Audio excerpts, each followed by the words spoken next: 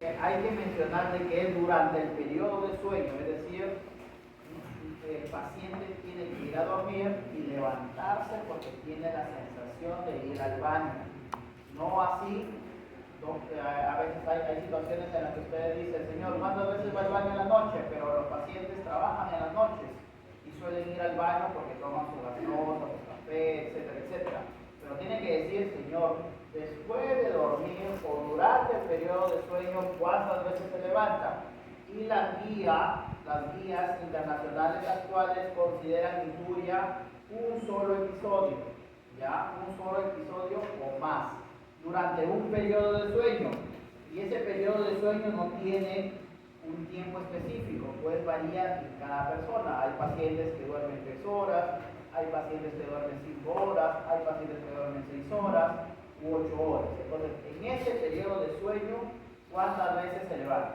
¿Correcto? ¿Se entendió? Urgencia, como ya dijeron, el deseo súbito o impostergable, y la vacilación o la excitancia, que es el retraso en el inicio de la micción. Y acá lo que les mencionaba, se clasifican en síntomas de almacenamiento, miccionales y posmiccionales. Almacenamiento o irritativos, urgencia, frecuencia, nictura, incontinencia de urgencia, otras incontinencias. Ellos lo consideran también la del cuerpo de referencia. Y las miccionales, vacilación, flujo disminuido, intermitencia pura. Todas las patologías en urología, tanto en varón como en mujer, tienen en común estos síntomas. Algunos predominan los síntomas de almacenamiento, otros predominan los síntomas miccionales. Como ya vieron HBP, en HBP también hay este tipo de síntomas, sobre todo los síntomas miccionales. Muy bien, y el examen físico. El examen físico es importante evaluar la zona genital para ver si hay colapsos, para ver si hay vaginitis atrófica, divertículos uretrales. Los divertículos uretrales, vamos a tomar en cuenta, a ver, de aquí, de acá. ¿Se puede apagar la luz? ¿Se ve bien? ¿Se ve bien la pantalla? ¿Sí? Sí, ¿no? Ya. Donde está el cursor es el cuello de la vejiga, hacia acá, hacia la zona distal es la uretra. Los divertículos uretrales son como bolsitas que se forman debajo de la uretra. Se llenan de orina y el paciente se aqueja de muchas infecciones urinarias a repetición. También se pueden formar cálculos allí. Y esto, como es una bolsita llena de orina, el paciente a veces estornuda y se escapa la orina. Y en sí no es una incontinencia de esfuerzo, sino es un divertículo. Por eso es importante evaluar la zona genital de la mujer. Ustedes evalúan la zona genital y cuando ven la zona genital, ven como una bolita debajo de la uretra. Si lo aprietan y sale pus por el meato uretral, es el diagnóstico de divertículo uretral, ¿no? Entonces, es una patología que es frecuente en mujeres jóvenes, ¿ya? Y es una causa importante de infecciones o de hitos recurrentes en mujeres jóvenes. Las carúnculas uretrales es como una tapita que está en el meato uretral, ¿no? Lo tapa, como una carnecita que tapa la entrada del meato. Y bueno, también tenemos otras pruebas que son importantes, como la prueba del Q-tip. La prueba del Q-tip es la imagen, como ven, se coloca un hisopo que llega hasta el cuello de la vejiga y se le pide al paciente que tosa. Lo normal es que ese movimiento inicial, basal de la uretra hacia el lugar o hacia el plano después de la tos sea menor a 30 grados. Si es mayor a 30 grados, pensamos en la hipermovilidad de la uretra, que es una etiología de incontinencia urinaria del esfuerzo. Es una manera de poder diagnosticar hipermotilidad de la uretra. ¿Por qué? Usted dirá, ¿por qué es importante saber si la uretra es móvil? Porque también existe la incontinencia de esfuerzo por uretra fija, ¿correcto? La uretra fija es la que te da la famosa incontinencia urinaria de esfuerzo tipo 3, ¿ya? Y la hipermovilidad de la uretra es la que te da la tipo 1 y la tipo 2, ¿correcto? Y ambas tienen tratamientos diferentes. Generalmente la uretra fija tiene como antecedentes cirugías previas de colocaciones de mallas u otra cirugía de prolapso. Entonces, básicamente les estoy haciendo estas diferencias para cuando les pregunten en el examen no se confundan. Y también, si es que no contamos con el hisopo, entonces podemos hacerlo visualmente. Señora, toso. Pero hay que evaluar a esta vejiga con un volumen de 200 a 300 cc. Le llenamos la vejiga con agua hasta 200 cc, le pedimos que tosa. Al toser, evaluamos visualmente o con el hisopo la prueba del cutis y también hacemos el test de esfuerzo. Si tose con 200 a 300 de volumen en la vejiga, hay salida de orina, el diagnóstico de incontinencia de esfuerzo. ¿Ok? Pero si, por ejemplo, el test es negativo, no necesariamente te descarta, ¿correcto? Hay otras pruebas que debemos ya solicitar, como la urourinaria. Y el test de Marshall-Bonney es lo siguiente, ¿no? Puede ser con los dos dedos o con dos pinzas que se colocan en la zona parauretral. Este huequito que ustedes ven aquí es la uretra, ¿ya? Para los que recién conocen la uretra femenina. Entonces, este huequito es la uretra femenina y a los costados son los espacios parauretrales. Entonces, al colocar el dedito o al colocar las pinzas con la vejiga llena de 200 a 300, el paciente que inicialmente perdía y tras la colocación de los dedos o de las pinzas ya no pierde, quiere decir que es un test de Marshall o Bonney positivo que me va a responder muy bien a la colocación de la mano. ¿Correcto? ¿Se entendió? Esto me permite ver si es que el paciente le va a ir bien con la malla o no. Este es el diario funcional en el cual le pedimos que haga registros de 3 a 5 días. Ahora hay estudios de que con un solo día es suficiente, pero lo que hizo de 3 días es más informativo, ¿no? En donde registramos el horario en el que el paciente ingiere líquidos, el tipo de líquidos, ¿no? Y también la misión, cuánto orina. Miguel Rodríguez Basallo, ¿está Miguel Rodríguez? Miguel, hay pacientes que consumen, aquí por ejemplo, ves que consumen irritantes. Generalmente los irritantes te generan hiperactividad de la vejiga. ¿Qué irritantes tú conoces o que has escuchado? Ya, el ají, muy bien, ¿qué otra más? Café, chocolate, gaseosas, alcohol, cigarro, los cítricos, las comidas ricas en tomate, todo eso, aunque no lo crean, chicos, a la larga, o sea, obviamente ahorita no van a sentir los síntomas si alguno de ustedes abusa de ellos, pero a la larga, por varios años, todos los días, varias veces al día, sobre todo a las mujeres, las va a llevar a una hiperactividad que las puede conllevar a una incontinencia y van a estar, que se les escapa la orina a cada rato y van a estar buscando baño a cada rato. Afecta bastante el vertedero. Muy bien, y también tenemos el PAP test que generalmente lo utilizamos cuando no hemos demostrado la incontinencia de orina ni por el test de esfuerzo que ya les mencioné, ni por urodinamia.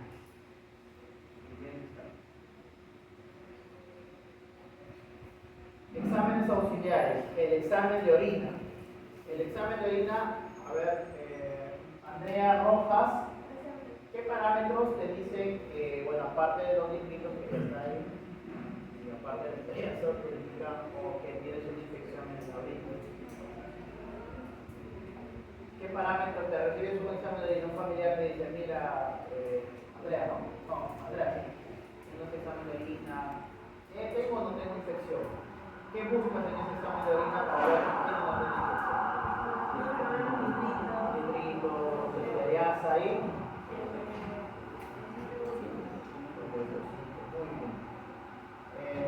¿Por qué es importante hacer la evaluación de la incontinencia sin infección? Porque la infección irrita la vejiga y te puede generar un poco de incontinencia por hiperactividad. Por eso es importante que toda paciente que ustedes evalúan para incontinencia debe tener examen de orina negativo, ¿ya? No pueden evaluar a un paciente con infección urinaria y decir que tiene incontinencia. Entonces, bueno, bacteriuria sintomática, ¿no? Los pacientes para bacteriuria sintomática otro grupo. Generalmente se encuentran en mujeres mayores de edad, pero veamos qué es bacteriura. Semine Ariane. ¿Qué es bacteriuria sintomática, Semine?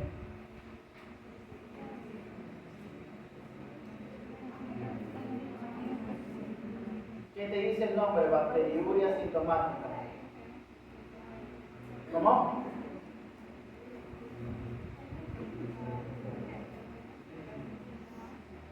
Ya el paciente no tiene síntomas y tiene cultivos positivos, tiene bacterias en sus cultivos.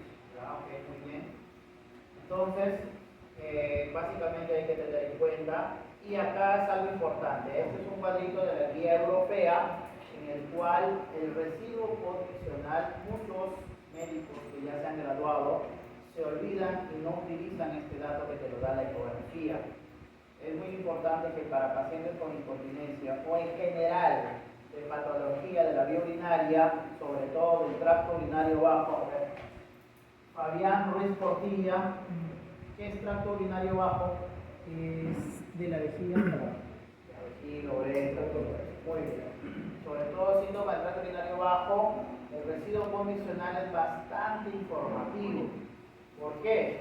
Porque en el caso del varón, si hay un residuo por más del 20%, está reteniendo, desde que la próstata está dificultándome la salida de la orina. Si es en el caso de la mujer, también puede haber retención. Oriana Sandoval, Oriana, ¿qué crees o qué es lo que has escuchado que en la mujer podría ocasionar retención de orina? De todo lo que tú conoces, ¿qué piensas que puede ocasionar retención de orina en la mujer?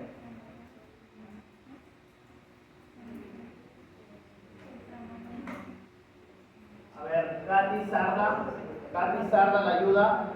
¿Está presente Katy Sarda? ¿Está presente? Faltó. Anín Luz Marina Segovia. Faltó.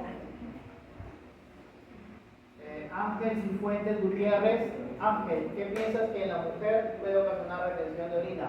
¿Un tumor? Bueno, un tumor en la pared anterior vaginal, pero algo más frecuente, que se ve evidencia. Cálculos también en la uretra, pero es un poquito menos frecuente. Otra causa, los prolapsos.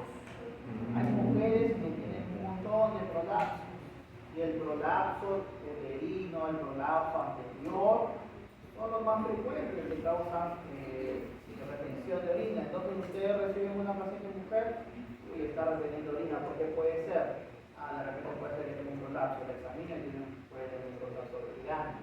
O también problema de la vejiga, la famosa vejiga perezosa. Esta también es la causa de residuos elevados. Entonces, por lo menos una ecografía de la vejiga para medir su residuo condicional. Y en la mujer ya es patológico con un 20-30%. Bueno, patológico a partir de 200, pero para mí 100 ya, si una mujer viene de 100 para arriba de residuo, ya hay que empezar a estudiarlo, ¿no? Entonces es lo mismo que me dice la guía. El residuo es importante, sobre todo cuando hay síntomas miccionales. Ángel Cifuentes, ya participó, ¿no? Luisa Beatriz Silva, ¿qué eran síntomas miccionales? ¿Cuáles eran los síntomas miccionales que mencioné? Disculpa. Ya, pero ¿cuáles son? No, esos son de almacenamiento. Estamos hablando de los síntomas miccionales. ¿Recuerdas? ¿No? Grecia María Yasuri. Grecia.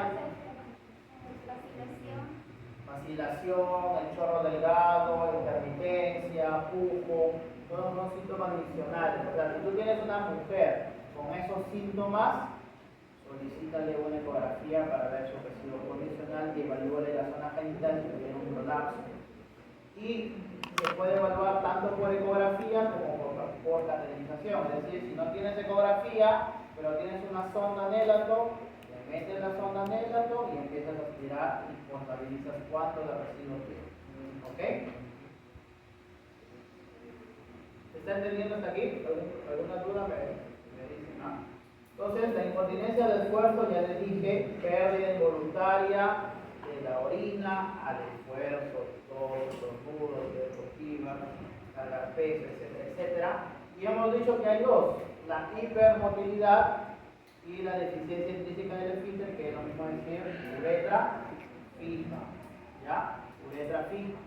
Entonces, tenemos esas dos etiopatogenias o clasificaciones, donde le dije que la hipermotilidad es 1 y 2, y la uretra fija o deficiencia del esfínter es la 3, ¿ya? Este de 1, 2 y 3 lo utilizamos para una clasificación urodinámica, pero lo menciono por si acaso si ustedes lo ven por ahí. Pero básicamente es por hipermotilidad o por deficiencia intrínseca del esfínter. Bueno, ¿qué características tiene cada una? La hipermotilidad es la pérdida de grandes o medianos esfuerzos, el test de esfuerzo es positivo, después de haber llenado la vejiga con 200, el Q-tip, ya les mencioné, la prueba del hisopo es un movimiento mayor a 30 grados, el test de Marshall-Rhode es positivo, y estos parámetros que los menciono, CLPP o BLPP, es en urodinamia, pero el punto de corte es 60. Tienes un valor de BLPP más de 60, pienso en hipermotilidad uretral. Menos de 60, el esfínter está lesionado. Y cuando el esfínter o la uretra fija está comprometida, como les dije, tiene antecedentes de cirugía de anticontinencia. Ya le han colocado una malla anteriormente. La pérdida es a pequeños esfuerzos. Se mueve y ya está perdiendo orina, ¿no? O a veces habla y ya está perdiendo orina. Entonces es una pérdida a pequeños esfuerzos. El test positivo, el test de esfuerzo es positivo, pero sin llenar la vejiga. Curioso, ¿no? Es decir, que solo con el residuo que les queda, normalmente con eso hay pérdida de orina. El Q-tip es menor de 30 porque no hay hipermotilidad uretral. Esta es una uretra fija. Y como les comenté, el ALPP o el CLPP es menor de 60 en urodinamia. Esto les digo porque si les viene una pregunta en el examen de este valor, ya saben cuál sería la respuesta. Y esta es la clasificación urodinámica que les dije, esta es la urodinámica. Entonces se le sienta a la paciente, se le llena la vejiga con agua y medimos esos valores, el CLPP o el BLPP, y nos ayuda a clasificar, ¿no? Por hipermotilidad uretral, la 1, la 2 y la 3. ¿Y por qué nos permite esta clasificación? Porque la 3 siempre va a tratarse con una malla TBT, siempre, ¿ya? Si uno le coloca una malla TOT a una incontinencia tipo 3, de hecho te va a fallar, ¿ok? Por eso el primer tratamiento es TBT, ¿ya? Y para las otras, la 1 o la 2, pueden utilizar la TOT, pueden utilizar el Min, que es para el tipo 1, el TOT puede ser para tipo 1, tipo 2, y lo bueno de la TBT que puede ser para todas, ¿ya? Puede ser para tipo 1, para tipo 2, pero es exclusiva de la tipo 3, ¿correcto? Muy bien. ¿Y qué situaciones deberían, digamos, hacerme que yo solicite o obligarme a que yo solicite más exámenes? El paciente, digamos, ustedes les ha pasado alguna vez que están entrevistando a un paciente y la verdad que el paciente se enreda y no le entiende. A mí me ha pasado algunas veces, ¿no? Que me quieren describir sus síntomas y no les entiendo. Entonces, a veces me apoyo mucho de la urodinamia. Cuando hay síntomas de vejiga interactiva concomitante, ¿no? Es decir, la vejiga interactiva te da bastante irritabilidad.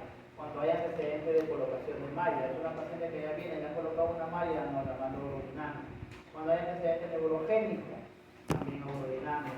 Cuando yo le lleno la vejiga 200, le digo, señora tosa, no hay pérdida, la mando urodinamia. Cuando el examen de orina está alterado, hematuria. A ver, Sharon Gracie Sosa. Sharon, ¿qué pasa si tú recibes un paciente con un examen de orina que está con hematuria?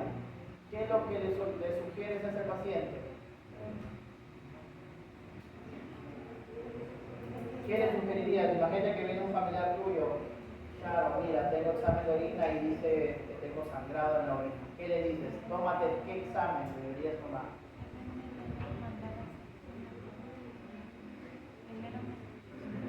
Antoinette, Janet. Antoinette, ¿qué examen le sugerirías a tu familiar si te viene con un examen de orina con hematuria? ¿Cómo?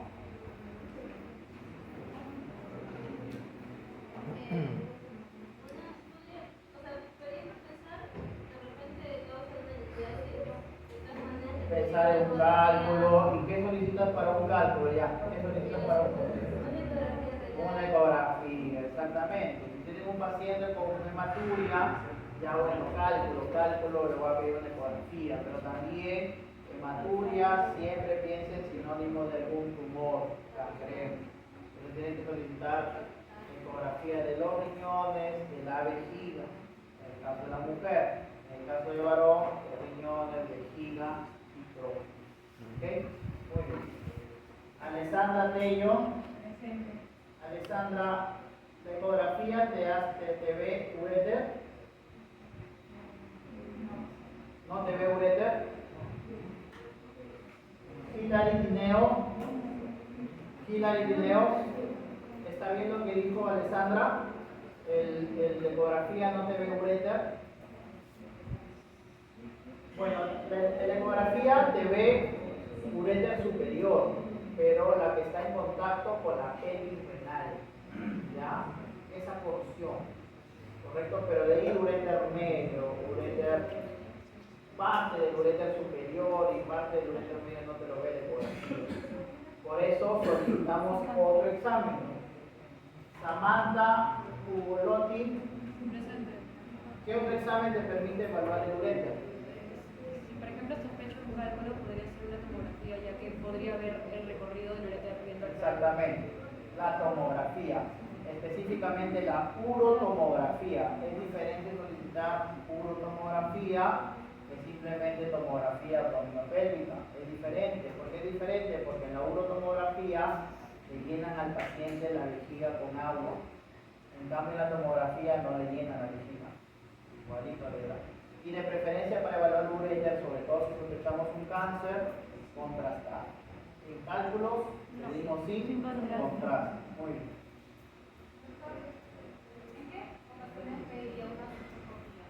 Citoscopía, cuando tienes una hematuria y tienes una ecografía que te diga que tienes un cálculo o un tumor de vejiga. ¿Correcto? También en pacientes varones, si tienes un paciente que tiene varón con hematuria, que aparentemente tiene una próstata grande o tiene una próstata, pero la hematuria es tan marcada que por ahí te da la sospecha de que concomitantemente puede haber un tumor, también le pide citoscopía. O en pacientes que tienen estrechez de uretra, o en pacientes que puedan tener tumores de uretra. Hay muchas indicaciones de la citoscopía. Muy bien, entonces, residuo condicional elevado, ya hemos hablado del residuo condicional elevado, que tengan prolapsos pélvicos de alto grado o que tengan pacientes con problemas funcionales, que es buco, intermitencia, chorro incluido. ¿Ok? Y miren, esta es la anatomía en el caso de la mujer en cuanto a los ligamentos. Te dije que la incontinencia del esfuerzo se debe mucho a la debilidad de los ligamentos. ¿Y qué ligamentos participan en el caso de la mujer? Para la incontinencia, quiero verla ahora porque hasta las 2:40, ¿no?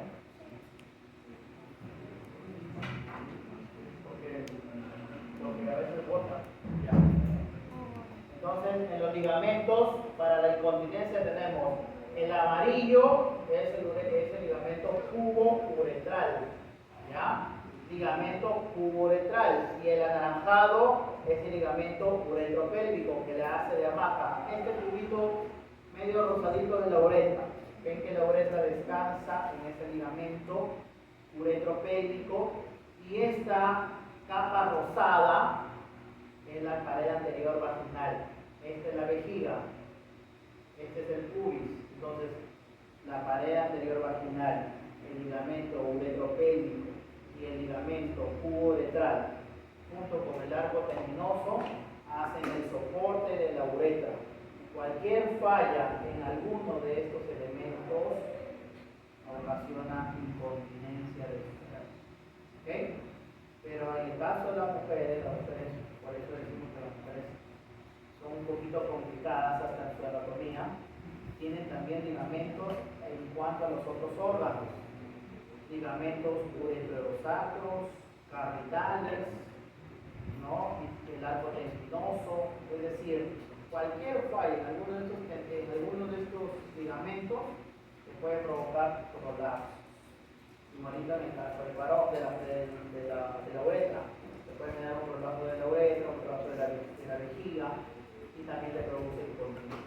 Entonces, acordémonos de estos ligamentos, de repente le tienen unas 5 preguntas de eso, entonces ya saben.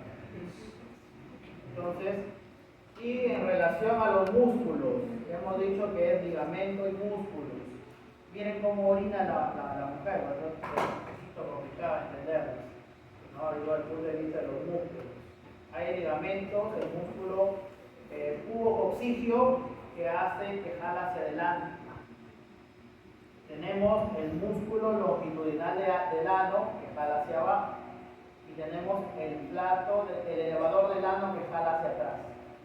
Entonces, todo ello te da un vector que permite que la uretra esté cerrada. ¿Ya? Es decir, el pubococcigio jala hacia adelante, el longitudinal hacia abajo, el elevador del ano hacia atrás, uretra cerrada. ¿Correcto? Y obviamente apoyándonos de los ligamentos pubo-uretrales y ligamentos uretropélvicos. Entonces, ¿cómo orina la mujer? Relaja el músculo pubococcigio. Por eso a veces hay mujeres que tienen antecedentes de violaciones y generan una contracción intensa de los músculos, ¿no? Y ustedes le hacen toda la evaluación y no hay nada que explique por qué tiene esa dificultad para orinar. Y es porque tiene una contracción aumentada de los músculos. Es como el vaginismo también que hacen después de una violación que sufren las mujeres. Entonces, básicamente las mujeres orinan por relajación de los músculos. Es una misión mucho más compleja. Es decir, les llega la sensación de que quieren orinar, primero tienen que relajar los músculos, se abre el cuello de la vejiga y esa apertura del cuello de la vejiga estimula la vejiga a contraerse y sale la orina. A diferencia del hombre que tiene que va a orinar. Entonces, en las mujeres orinan por relajación de los músculos. Por eso es importante la fisioterapia de los músculos pélvicos. Entonces, acá están todos los ligamentos de los músculos que dicen que es similar a un puente, ¿no? Un puente parecido al de Estados Unidos.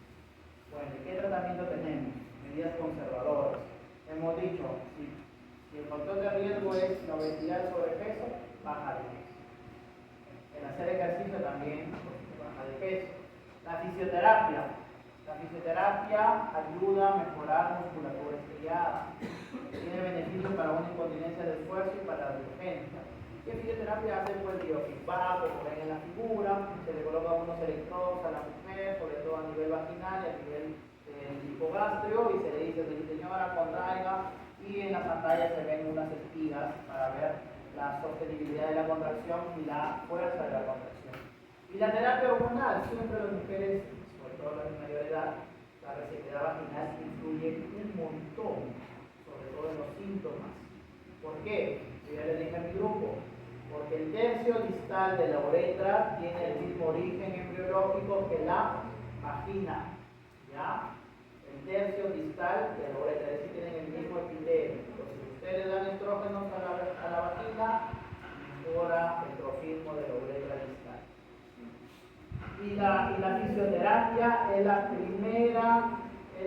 primer tratamiento recomendado en incontinencia de esfuerzo. Y debe ser como mínimo 3 meses de manera intensa. Mínimo 3 meses. ¿Ya? Y supervisado. No es lo que muchos médicos dicen, ¿sabe qué, señora? Contraiga, relaja en su casa 15 veces, 3 veces al día. Eso no. Porque hay pacientes que no reconocen su musculatura pélvica. Y en lugar de contraer los músculos pélvicos, que ya les dije cuáles eran los músculos, el pubococcigio, el elevador del ano, empiezan a contraer el esfínter anal. El esfínter anal no les va a ayudar en nada, ¿no? Entonces, por eso es supervisado e intensivo, tiene que el paciente hacerlo. Y además la fisioterapia no te genera ningún efecto adverso, ¿no? Y debe siempre estar acompañada de estrógenos vaginales, como les estoy comentando. Y estas son las mallas TBT, son las primeras mallas que aparecieron. Anteriormente habían cirugías, por ejemplo, colocaban algunos puntos, los puntos de Henle a nivel del cuello de la vejiga y cerraban, porque pensaban los anteriores urólogos que el cuello era la que te daba la continencia. Entonces le colocaban puntos, le cerraban el cuello y después la paciente no podía orinar. Residuos condicionales elevados, flujo visional, chorro delgado, entonces generaban más disfunciones para funcionar. Luego se dieron cuenta de que el problema no estaba en el cuello, sino en la uretra media. La mujer tiene una uretra pequeña, pero hay una zona que por ahí todavía hay un debate. ¿En qué parte de la uretra es la uretra media? Muy diferente a la uretra del varón, que es un poco más larga, ¿no? A ver, vamos a preguntar. Ya llevamos hiperplasia de próstata. Nelly Valencia. Nelly, la uretra masculina, ¿en qué parte se encuentra? Mejor dicho, el esfínter urinario del varón, ¿en qué parte de la uretra se encuentra? Porque se clasifica la uretra en varias partes. ¿En qué uretra se encuentra el esfínter urinario externo?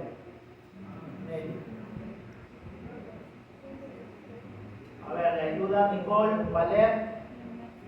Nicole Valer, ¿sí? Se encuentra en la uretra membranosa. La uretra masculina se clasifica en uretra peniana, vulvar, membranosa y prostática. Entonces el esfínter urinario externo del varón está en la uretra membranosa, ¿correcto?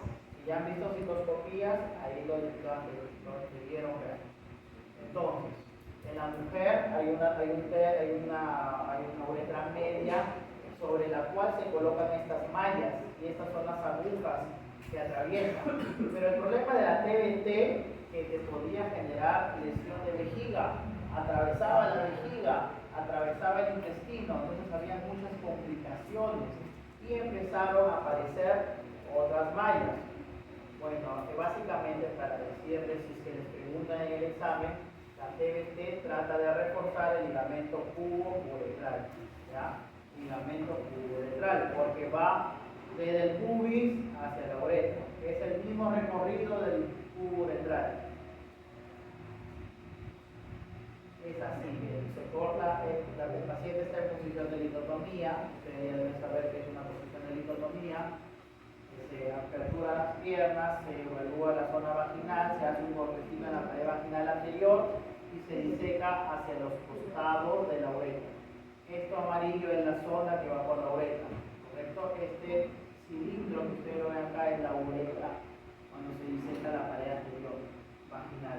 Y entonces las agujas entran en los espacios parauretrales hacia arriba, salen hacia el pubis, por eso hacia atrás del pubis, por eso también se le llama retropúbicas, ya cintas retropúbicas. Pero a veces, si no tiene la experticia suficiente, se puede llevar la vejiga, como lo ven acá. Ven esta imagen, en la imagen A, ven, miren la aguja donde salió, por la vejiga. Pero también puede lesionar los vasos. Acá hay vasos, los obturadores. Y acá hay los vasos ilíacos. Miren esta aguja en la D, cómo va a ser con los vasos ilíacos. Y los ilíacos son vasos gruesos. Si ya lo lesionan, ahí muere el paciente. Entonces, esto era el riesgo de la TBT. Por eso aparecieron las TOT.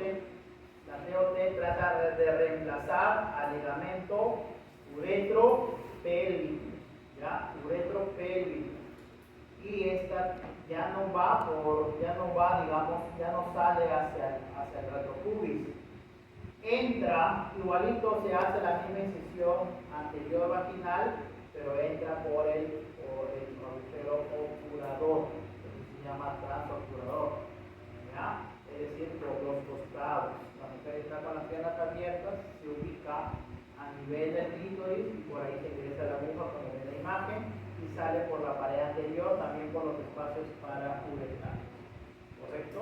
Esta ya nos ahorró lesiones de vejiga, que también pueden ocurrir lesiones vesicales. A mí me pasó una lesión vesical, pero es con menor frecuencia, ¿ya? Y ya no tiene el riesgo de dañar el intestino, no tiene el riesgo de dañar vasos. Entonces es una cirugía que tiene muy pocas complicaciones, pero entre las más, miren, ahí está.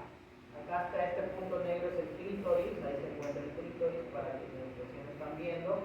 Y a los costados, a la misma altura, se hace un puntito a nivel del pliegue inguinal y se coloca la aguja, ¿correcto? Y por ahí ingresa, ¿no? Por el agujero transocular.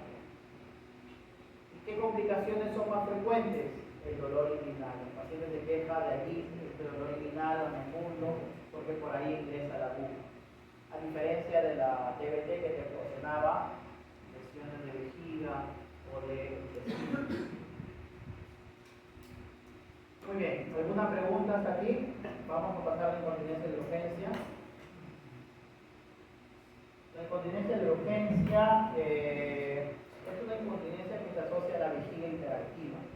La vejiga hiperactiva, a ver, Carlos Vega Ruiz. Carlos, ¿qué te suena vejiga hiperactiva? Que se contrae mucho. ¿Y qué síntomas te puede dar la vejiga hiperactiva? ¿Los síntomas de almacenamiento o los de vaciamiento? Vaciamiento. A ver, vamos a decirle a Piero, ¿no? A Carlos, Piero Alessandro Vega. Sí, Piero, ¿la vejiga hiperactiva te da más síntomas diccionales o más síntomas de almacenamiento? ¿Cómo? Irritativo, claro, como se contrae a cada rato, entonces el paciente va a cada rato al baño, ¿no? No te da chorro delgado, no te da chorro intermitente, no te da pupo. También el paciente va a cada rato al baño, te da una lluvia, te hace levantar en las noches, muy bien. Entonces, vejiga hiperactiva. Y el síntoma patognomónico de la vejiga hiperactiva, ya lo hemos dicho y lo hemos preguntado, es la urgencia. Vejiga hiperactiva sin urgencia no es vejiga hiperactiva, ¿ya? Y esa urgencia puede ser tan fuerte que te vence antes de llegar al baño. Entonces ahí es la famosa incontinencia de urgencia, ¿ok? Y acá mismo lo dice, pueden tener colaquiuria, nicturia y urgencia, con incontinencia, ¿no? La vejiga hiperactiva puede ser de origen idiopático, es decir, no sé la causa, no la encontré, pero también puede ocasionarte la infección urinaria. Por eso les dije que la incontinencia se evalúa con examen de orina negativo. Puede darte la vejiga hiperactiva también un tumor, puede darte también la vejiga hiperactiva un cálculo. Por eso también solicitamos ecografía de la vejiga con el residuo, ¿ok? Y miren esta causa. Lo que ocasiona el origen de la vejiga de la incontinencia es la urgencia. El paciente tiene urgencia, va al baño continuamente. Y al ir al baño continuamente quiere decir que la vejiga también no se llena en su capacidad máxima. Porque hay pacientes que con 50 de volumen en la vejiga ya están yendo al baño. ¿Ya? Están yendo al baño. Entonces también la capacidad está reducida. En la noche se levanta. El volumen de visión es pequeño. Colaquiuria significa voy varias veces al baño, pero orino poquito. ¿Ya? Muy diferente a la poliuria. ¿Ya? A la poliuria, ¿qué quiere decir? Que yo voy al baño, pero orino un montón. Ahí, en ese tipo de casos, hay otras patologías, como por ejemplo el SICA, ¿no? La selección inadecuada de la antidiurética, diabetes insípida y todo eso, ¿no? Que son causas de poliuria, ¿ok?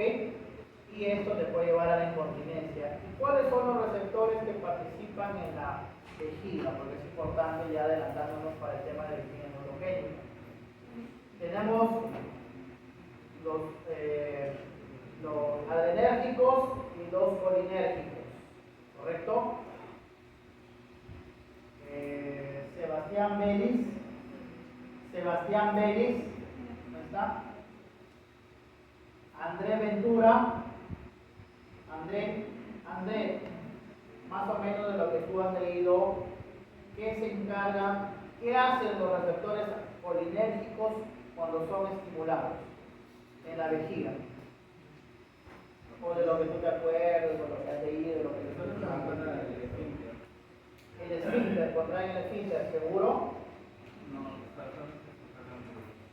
Contraen a la vejiga, ¿ya? Se estimula todo lo que es colinérgico, contrae todos los sistemas. En el gastrointestinal, ¿quién te da la peristalsis? El sistema colinérgico. En la vía urinaria, ¿quién te da la peristalsis? El sistema colinérgico. ¿Correcto? Y ya que habló André, tú eres André, ¿no? Ya que habló André del esfínter, Britney, Vera Ritzen, Britney, él dijo el esfínter. Ya, si no son los colinérgicos, ¿quién entonces te da la inervación del esfínter? ¿Quién, por ejemplo, te da a ti la capacidad de decir, ¿sabes qué? Me voy a aguantar de ir al baño ahorita para escuchar la clase? ¿Qué sistema nervioso? ¿Te acuerdas? A ver, Fátima de Rosario Vera. Fátima de Rosario, ¿está presente? Fátima, ¿te acuerdas qué es sistema nervioso? ¿No? El somático, muchachos. El somático por el nervio pudendo. Ese es el que te da la inervación, la posibilidad de controlar, de no querer ir al baño. Cierra el esfínter porque quiero escuchar la clase. Muy bien. Y el sistema adrenérgico, obviamente lo opuesto. Relaja la vejiga. Pero en el esfínter urinario interno, porque la mujer y el varón tienen un interno y un externo, ¿no? El interno encontramos receptores adrenérgicos que lo contraen, ¿ok? El sistema adrenérgico en la vejiga la relaja, pero en el esfínter interno, que es el cuello de la vejiga, lo cierra. ¿Ok? El sistema adrenérgico. Y ahí encontramos los alfa-adrenérgicos. De allí el uso de la tansulosina, que ya recibieron su clase, que estuvo interesante. Naomi Vidalón. Naomi Vidalón, ¿qué hace la tansulosina?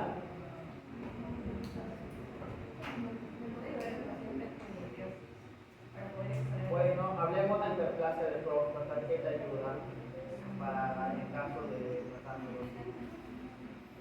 Y que está relacionado con lo que ya te he mencionado.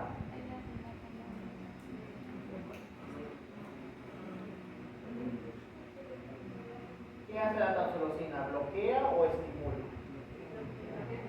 Es un bloqueador adrenérgico. Es un alfa bloqueador. La tansulosina actúa sobre el cuello de la vejiga, sobre estos receptores adrenérgicos, sobre este esfínter interno. Entonces hemos dicho que si mi estimulación adrenérgica me contrae, entonces mi bloqueador, ¿qué va a hacer? Lo relaja. Por eso la tansulosina, aparte de actuar sobre la próstata, también actúa sobre el cuello de la vejiga y me permite ayudar a botar más orina. Y esto es la explicación por qué las mujeres también pueden usar tansulosina, ¿correcto? A veces me ha pasado que yo doy tansulosina a las mujeres en la calle y luego vienen y dicen, doctor, se ha equivocado, esta es una pastilla para la próstata. No es así, porque actúa también sobre los receptores del cuello de la vejiga. Por eso ustedes estudiando la fisiología y la farmacología, ustedes pueden explicar cada cosa. Y los receptores colinérgicos que participan o muscarínicos son los M2 y los M3. Muy bien. ¿Qué neurotransmisor estimula los M2 y M3? Martín Vilches Castillo. Martín, ¿qué neurotransmisor estimula? Que ahí está en la pantalla. Muy bien.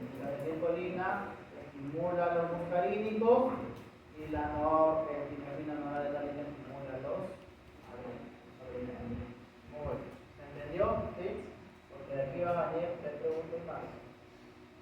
Y básicamente la historia clínica, antecedentes, el diagnóstico de vejiga hiperactiva es clínico. Ya no necesito ninguna ecografía, ninguna urodinamia, pero sí necesito un examen de orina. Si tienen pacientes con urgencia, polaquiuria, nicturia, con o sin incontinencia, con un examen de orina negativo, ¿ya? Y que no tiene ningún antecedente de alguna enfermedad metabólica, entonces, diagnóstico de vejiga hiperactiva, que puede estar asociada a la hipotiroidismo. Y el tratamiento, bueno, húmeda o seca, porque húmeda es muy importante, ¿no? Y lo principal del tratamiento es lo que ya le comenté, le preguntamos a un colega, tienes que suspender todos los irritantes, te mando a fisioterapia para que también fortalezca tu musculatura, porque también influye la fisioterapia en incontinencia de urgencia y incontinencia de esfuerzo. En las dos influye y que el líquido disminuye los líquidos. Los pacientes con vejiga hiperactiva no tienen que tomar muchos líquidos. Y tenemos algunos medicamentos, fármacos, los antimuscarínicos, los beta-3-agonistas, en los antimuscarínicos tenemos la oxibutulina, doxorubicina, doxorubicina, doxorubicina, etcétera, etcétera. Y tenemos como otras terapias la toxina botulínica, el botox que se coloca en las mujeres, también lo colocamos en la vejiga, el estimulador tibial, la transformación sacra, y ya de última instancia, histoplastia, o sea, una derivación urinaria o agarramiento de vejiga. Acá están todos los medicamentos, oxibutulina, doxorubicina, el trospium no hay en el Perú. El trospium es genial porque no atraviesa la barrera hematoencefálica, ¿ya? En el cerebro también tenemos receptores muscarínicos, ¿ya? Y generalmente estos medicamentos llegan al cerebro y que le ocasionan somnolencia, como algunos alumnos que veo están descansando ahora, les ocasiona somnolencia, ¿ya? Y en los viejitos, en los mayores de edad, pueden ocasionar problemas de deterioro cognitivo, problemas de memoria, demencia, ¿ya? En cambio, el trospium no atraviesa la barrera hematoencefálica. Si les preguntan en el examen cuál de ellos no atraviesa la barrera hematoencefálica, ya saben cuál es. Y la solifenacina es una de las específicas. La larifenacina es la más específica. El miravedrón es un beta-3 agonista. Este tiene otro actual. Actúa sobre los receptores adrenérgicos, ¿no? Que ya lo mencioné. Muy bien. Listo. ¿Alguna pregunta para pasar a prolapsos? 2 y 10. Ya estamos. ¿Todo bien, no? Muy bien. El trospium. Muy bien, prolapsos genitales. Miren, los prolapsos genitales, anteriormente sus compañeros los complicaba con algunos ejercicios, pero básicamente lo que ustedes sé que estos temas lo van a tocar en ginecología, así que vamos a hacer algo bien puntual, ¿ya? Pero sí les voy a pedir que tengan mucha atención en esta diapositiva. Básicamente esta diapositiva es la definición actualizada de los prolapsos. Antes uno pensaba que el prolapso simplemente se le cae una parte de un órgano por la pared vaginal y ese es un prolapso. No. La definición actual es que al menos una de las paredes vaginales, su referente es el himen vaginal. No me refiero al himen en una mujer que no ha tenido relaciones sexuales, sino a las carúnculas himeneales que han tenido relaciones sexuales, ¿no? Que respecto a eso voy a medir mi prolapso, ¿ya? Entonces, al menos una de las paredes vaginales es un descenso con un referente a nivel o más allá del himen vaginal a mi esfuerzo máximo, es decir, pujando. Señora, puje, puja, se le sale el prolapso, ¿ya? Más alguna molestia. ¿Qué molestia? Sensación de bulbo, porque no todos los prolapsos generan molestias. Hay por allí ginecólogos que tienen emergencias económicas y ya operan prolapsos de grado 1, grado 2, son terribles. Y aparte de que tengan sensación de bulto, o de repente si tienen molestias urinarias. ¿Qué les dije que ocasionaba el prolapso? Obstrucción, ¿no? Que genere síntomas misionales. Pero si tienen síntomas misionales con un prolapso presente, hay que operar este prolapso. O que de repente A veces yo he visto una paciente mujer que tenía un prolapso uterino, pero le llegaba hasta las rodillas y estaba con hidronephrosis bilateral. Puede ocasionar hidronephrosis bilateral, similar a la próstata en el varón. O que, digamos, tenga, debido al prolapso, como ese bulto está fuera de la vagina y roza con la ropa interior, se generan lesiones. Entonces, si tiene lesiones que molestan o que perjudican la calidad de vida de la paciente, hay que operar. ¿Okay? Allí, por lo menos no les miento, hay como 4 preguntas. Así que apréndanse bien la definición. ¿Ya? ¿Y cuáles son los ligamentos importantes? Otra vez ya los he mencionado, ya lo mencioné ligeramente en la clase anterior, pero los importantes son los ligamentos que yo voy a mencionar. El ligamento uterosacro y cardinal me da prolapso del útero y ello está en el nivel 1 del doctor de Lancey, que hizo esta clasificación. De Lancey en el 1992 clasificó los prolapsos según el defecto anatómico. En el nivel 1 es el prolapso uterino y están afectados los úteros sacros y cardinales. En el nivel 2 están afectados los ligamentos vésico-vaginal y por lo tanto, ¿qué va a prolapsar?